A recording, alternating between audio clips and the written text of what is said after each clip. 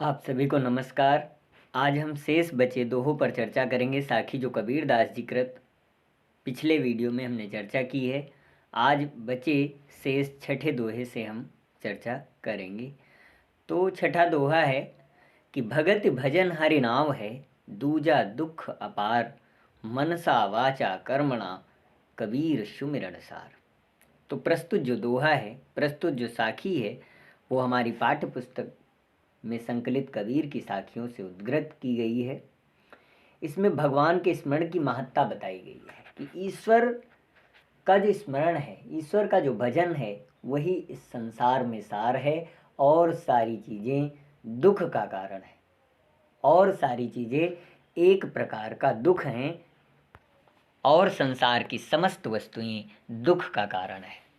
सिर्फ दुनिया में, इस संसार में अगर कोई चीज़ है तो वो सिर्फ भक्ति और भजन ही हरि को प्राप्त करने की एक नाव है जो हरि तक, ईश्वर तक, भगवान तक हमें पहुंचा सकती है।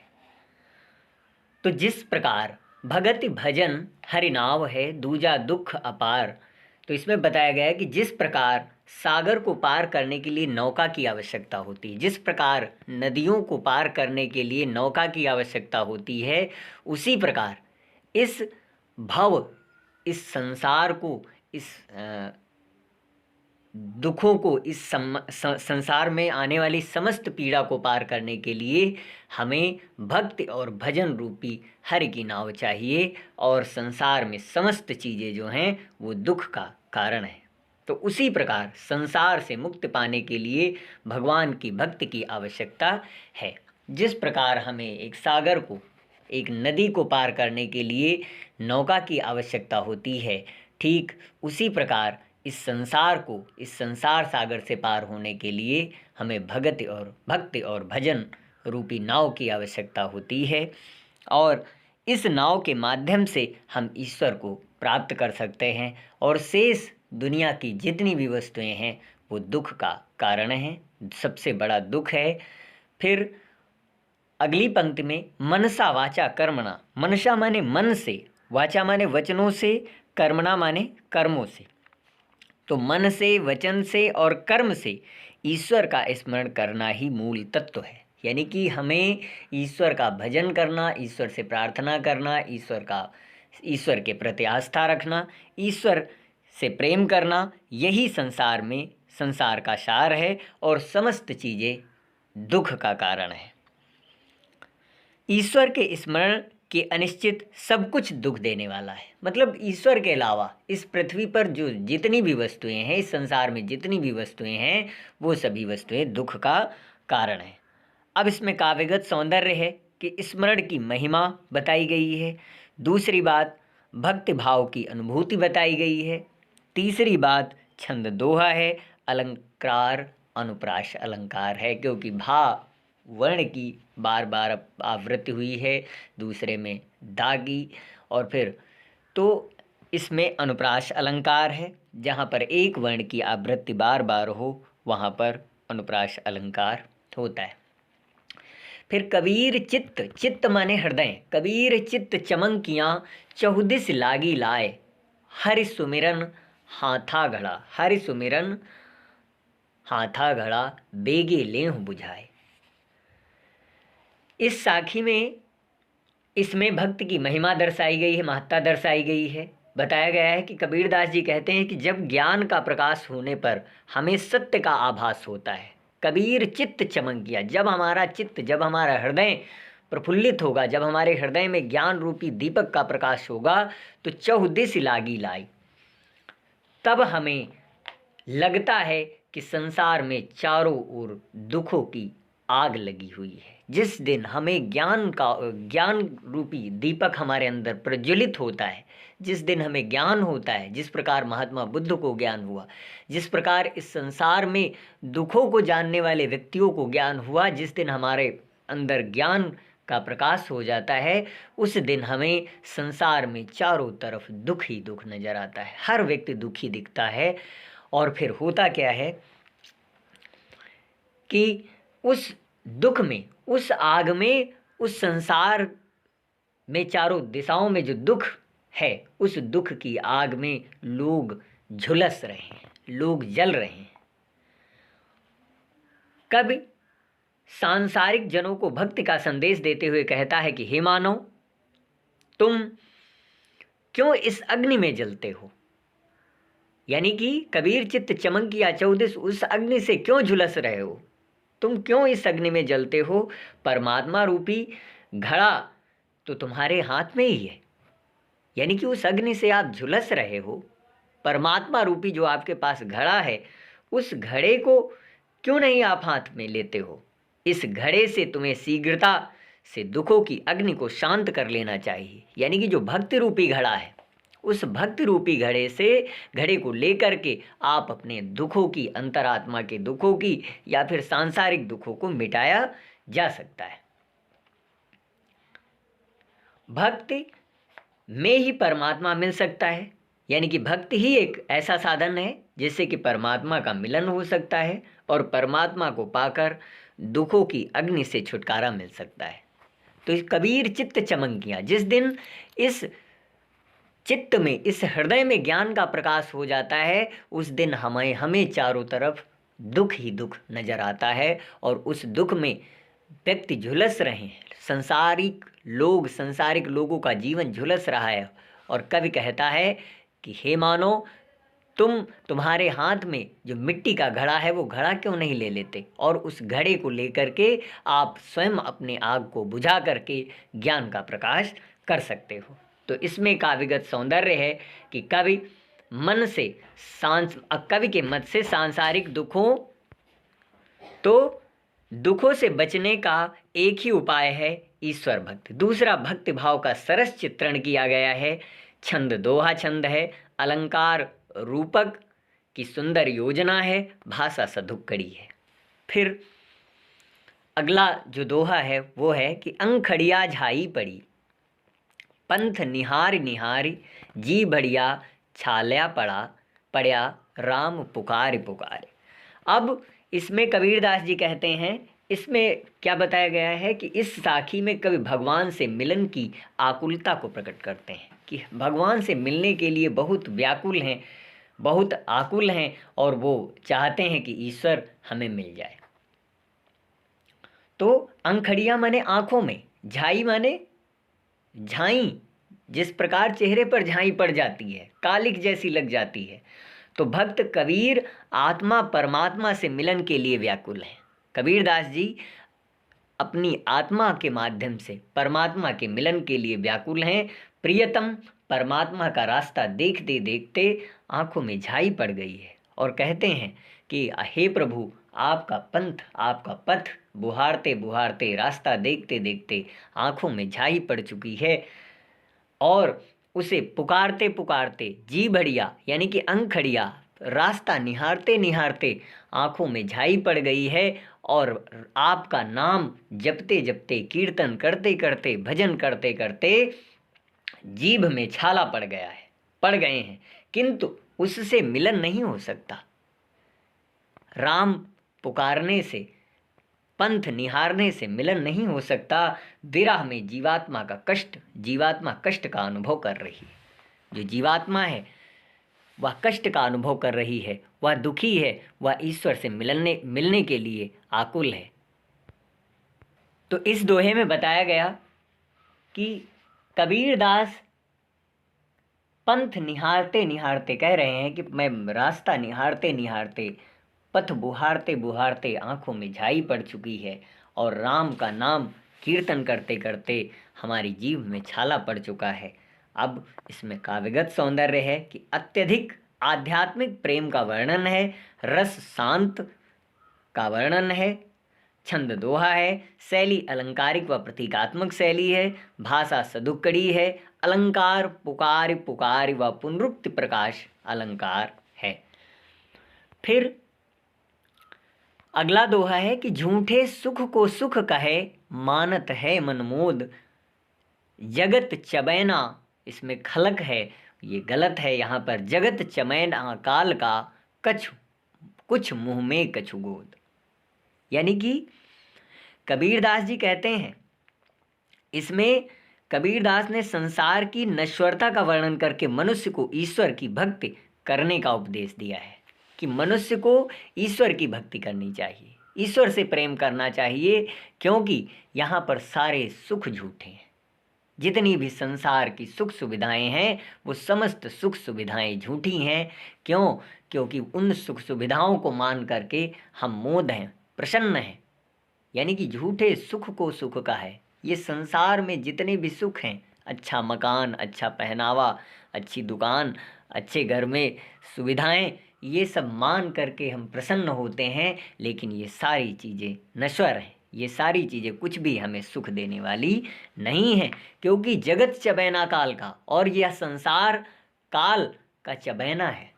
ये संसार जो है मृत्यु के गोद में समस्त संसार विचरण करता है, काल के गोद में विचरण करता है, और जब ईश्वर चाहेगा तब उसको चबैना के माध्यम से चबा लेगा, जो कि कुछ गोद में है और कुछ मुंह में है। तो संसार में लिप्त सांसारिक प्राणी यहाँ के झूठे सुखों को व्यवहारिक व्यवास्तविक सुख समझकर उनमें ही लिप्त हैं। यानी कि ये जो झूठा सुख है, सांसारिक प्राणी उन झूठे सुख को मान करके उसी में लिप्त रहते हैं। इन सुखों में उलझकर वे यह भी भूल जाते हैं कि यह संसार या जो संसार है वो संसार काल के चबैने के समान है, मृत्यु के चबैने के समान है। जिस प्रकार किसी बालक की गोद में यदि चबेने का दाना लिए चने आदि चबैने डाल दिया जाए तो वह इसी को खाने में मग्न हो जाता है, यानी कि चबैने के दाने के समान वो खाने में मग्न हो जाता है। उसी प्रकार यह संसार काल की गोद में पड़े हुए चबैने के समान है। और जैसे बालक चबैने को मुंह में कुछ को मुंह में डाल लेता है और कुछ उसकी गोद में ही पड़ा रहता है, परंतु जो गोद में होता है बाद में वह उसे भी खा लेता है। ठीक उसी प्रकार काल भी संसार को धीरे धीरे खाता जा रहा है, और कुछ उसके मुंह में है, कुछ जो बचा वो आगे खाएगा। अतः हे साधक, हे मानव, तू संसार की नश्वर वस्तुओं का मोह छोड़कर ईश्वर की उपासना में अपना मन लगा, क्योंकि उसी से ईश्वर प्राप्त हो सकता है। तो जो संसार के सुख को झूठ हम मानते हैं, उस झूठे सुख को ना मान करके हमें काल रूपी चबैने से बचना है। तो हमें ईश्वर का भजन करना होगा, तभी हमारा इस संसार से मोक्ष प्राप्ति होगी। काव्यगत सौंदर्य में है कि संसार की नश्वरता का सजीव चित्र उपस्थित किया गया है इस दोहे में।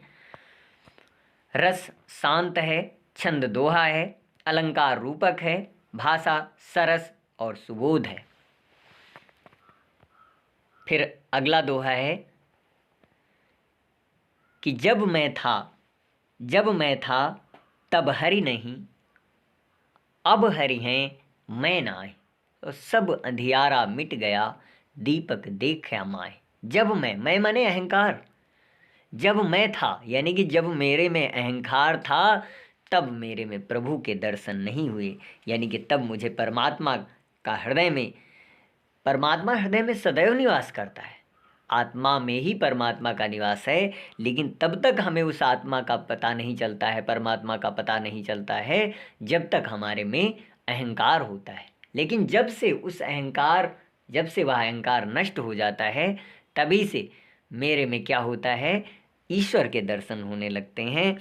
किंतु और तब तक उसमें भगवान का निवास हो पाना असंभव है ना। जब तक इस हृदय में, इस मन में अहंकार रहेगा, तब तक संसार में ईश्वर का, व्यक्तियों में ईश्वर के दर्शन हो पाना संभव है। और सब अंधियारा मिट गया जब दीपक देखा माय, और सारा अंधकार मिट जाएगा जिस दिन हम खुद में प्रकाश को ढूंढ लेंगे, खुद में ईश्वर को ढूंढ लेंगे, खुद में व्यक्ति अहंकार को समाप्त करके ज्ञान को ढूंढ लेगा, परमात्मा की अनुभूति कर लेगा। सभी अज्ञान एवं मुक्त से वो बच जाएगा, सभी अज्ञान नष्ट हो जाएंगे और वो स्वयं ईश्वर से मिलन के मार्ग का निर्माण करेगा। फिर काव्यगत सौंदर्य में परमात्मा को पाने के लिए अहंकार को मिटाना आवश्यक है। छंद दोहा है, अलंकार रूपक है, शैली प्रतीकात्मक शैली है, भाषा सरल बोलचाल की सधुक्कड़ी, भाषा पर पूर्ण अधिकार है। फिर अगला है, कबीर कहा गर्बियो, गर्बियो माने गर्व कर रहे हो, ऊंचे देख आवास, काल परिउ हुई लोटना, लेटना ऊपर जामे घास।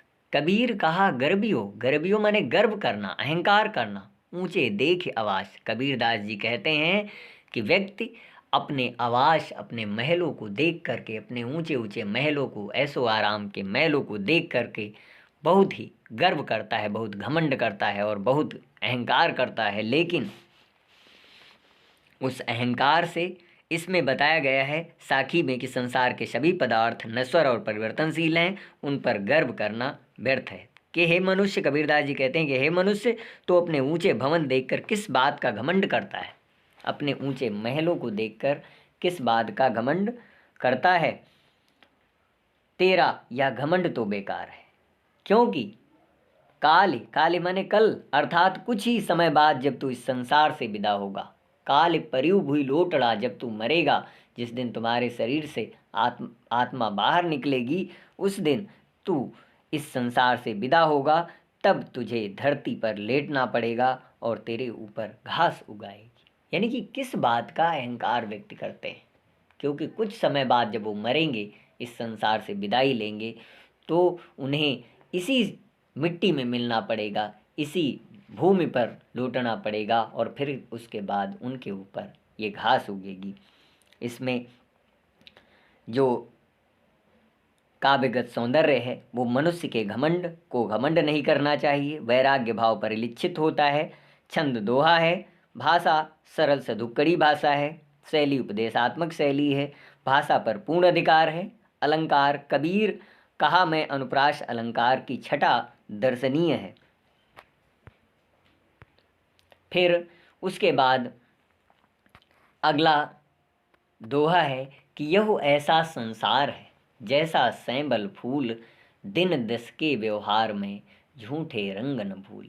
यह ये जो संसार है एक सैंबल के फूल के समान है, सैंबर के फूल के समान है, क्योंकि इसमें संसार की आसरता का वर्णन किया गया है। तो कबीरदास जी कहते हैं कि संसार सैमल के फूल के समान है। संसार जो है वो सैमल के फूल के समान है। आप लोगों ने देखा होगा अपने आसपास सैमल के फूल को, देखने में वो कितना सुंदर लगता है, देखने में उसकी सुंदरता बहुत ही अवर्णनीय है, लेकिन उस सुंदरता से उसकी खुशबू तो नहीं होती। तो सेमल का फूल देखने में तो सुंदर होता है, किंतु उसमें सुगंध नहीं होती, वो सुगंधित नहीं करता, दूसरों को सुगंध नहीं देता। इसी प्रकार संसार की वस्तुएं ऊपर से देखने में ही सुंदर लगती हैं। जो कुछ आपको दिख रहा है संसार में, जो कुछ भी सुंदर लग रहा है, वो समस्त चीज़ें एक दिन नष्ट होनी है, वो समस्त चीज़ें एक दिन मिट्टी में मिलनी है और उनसे किसी का कोई भी फायदा होने वाला नहीं है।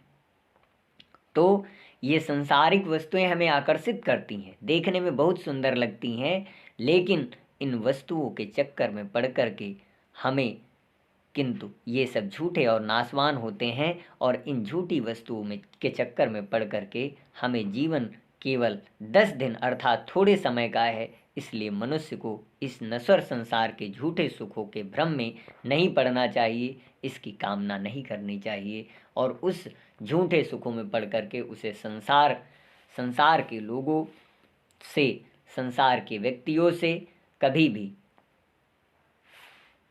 किसी भी प्रकार का बैर भाव नहीं करना चाहिए, क्योंकि ये समस्त वस्तुएं सैमल के फूल के समान जितना देखने में सुंदर लगती हैं, उतना ही ये कष्टदायी भी हैं। फिर अगला है कि यही अवसर चेत्या नहीं, यही अवसर चेत्या नहीं, पशु ज्यों पाली देह, राम नाम जाना नहीं, अंतपुरी मुख खेह। तो यही अवसर चेत्या नहीं, इस अवसर अगर आप जागे नहीं, इस दोहे में क्या बताया गया है कि मनुष्य सावधान रहकर भगवान का भजन करना चाहिए मनुष्य को। तो इस अवसर में, इस समय मनुष्य को चेतावनी दी कि संसार के मनुष्यों तुम इस अवसर पर क्यों सचेत नहीं होते हो, क्यों नहीं जगते हो? क्यों? जबकि तुम्हारी यह आयु कुछ करने की है। व्यक्ति को जीवन पर्यंत कुछ न कुछ करना चाहिए। जिस प्रकार चींटी गतिमान रहती है और करोड़ों मीलों की दूरी, मीलों तक पैदल चलती रहती है, तो कभी भी स्थिर नहीं रहना है, बस चलते रहना है। तो जबकि तुम्हारी आयु कुछ करने की है और तुम कुछ कर सकते हो, अगर इस अवसर आप जगे नहीं तो फिर क्या करोगे? क्योंकि इस समय तुम पशुओं की तरह केवल शरीर पालते रहे। पशु ज्यों पाली दें, अगर इस अवसर चेते नहीं और पशुओं की तरीके से आप शरीर अपना पालते रहे तो राम के नाम का महत्व नहीं समझा, राम की भक्ति नहीं की, फिर जब अवसर चूक गया तब यदि आगे भी तो क्या लाभ? मतलब आगे किया भी तो क्या लाभ है? राम नाम जाना नहीं, अगर राम के भजन को आपने नहीं जाना तो फिर अंत में जानने से क्या फायदा? इसलिए तुरंत जग जाओ, है ना। जैसे वो एक कविता है कि उठ जाग मुसाफिर भोर भई, तो जब जग जाओ तभी सवेरा है, तभी से अपने कार्य में लीन हो जाओ। यही मनुष्य का सबसे बड़ा धर्म है। तो बाद में जगने से क्या लाभ है? तब उस अंतिम समय में तो मुख में धूल ही रहनी पड़नी है, केवल पछताते ही रह जाते हैं जाओगे। तो हमें व्यक्ति को या इस संसार को तुरंत जग जाना चाहिए, क्योंकि समय बीत जाने के बाद जगने से कोई भी फायदा नहीं होता है। इसके 3 अर्थ हैं। एक और अर्थ बताएंगे आपको कि कबीरदास जी कहते हैं कि हे मनुष्य, तू इस सुंदर शरीर को देखकर, फिर अगले में है, फिर दूसरी बात बताई गई। कबीरदास जी उपदेश देते हैं कि हे मानो, तो हाँ, फिर अगले दोहे का अर्थ है, इसमें थोड़ा सा काव्यगत सौंदर्य सेम ही होगा, एक जैसा होगा। तो फिर अगले में है कि यह तन काचा कुंभ है। काचा माने कच्चा, कुंभ माने घड़ा। ये थोड़ा वीडियो लंबा होगा क्योंकि इसमें समस्त पाठ को हम समाप्त करेंगे। तो यह तन काचा कुंभ है, ये जो शरीर है, तन है, जो कच्चे घड़े के समान है, लिया फिरे था साथ, जिसे हम लेकर के साथ घूम रहे हैं। इस कच्चे घड़े रूपी शरीर को हम साथ लेकर के घूम रहे हैं। ढबका लागा फूट गया, कछु न आया हाथ। तो कबीरदास जी उपदेश देते हैं कि हे मानो, यह शरीर कच्चे घड़े के समान नश्वर है, ये एक दिन नष्ट हो जाएगा, इस पर घमंड करना व्यर्थ है। भक्ति, भगवान की भक्ति और भजन करने में तूने इस शरीर का उपयोग नहीं किया, बेकार ही इसीलिए फिरता रहा। यानी कि शरीर को जो बचाते हो, इसकी जो देखभाल करते हो, इसकी सुरक्षा करते हो, इसको साथ लेकर के घूमते हो, इस शरीर का क्या भरोसा? ये जो लेकर के साथ घूम रहे हैं, इस शरीर का कोई भी भरोसा नहीं है। जरा सा झटका लगा कि यह कच्चे घड़े की तरह फूट गया। ये शरीर मिट्टी के घड़े के समान है, इसी मिट्टी में ही मिल जाना है। इसलिए हमें इस घड़े को और इस संसार के व्यक्तियों को समझ लेना चाहिए, जागरूक हो जाना चाहिए। कवि का संदेश है कि शरीर नश्वर है, इसका भक्ति भजन में जितना उपयोग कर लिया जाए उतना ही अच्छा है। फिर बस, तो ढबका लागा फूट गया, तो इतना ही। और फिर एक और दोहा बचा, कबीर कहा गर्बियो, देही देख सुरंग, और बीछड़िया मिलब्यो नहीं, ज्यो काचली भुजंग। कबीरदास जी कहते हैं कि कहा गर्बियो, गर्बियो माने अहंकार, हे मनुष्य, तो इस सुंदर शरीर को देखकर किस लिए व्यर्थ घमंड करता है? इस सुरंग रूपी शरीर को देख करके आप किस लिए घमंड करते हो सभी?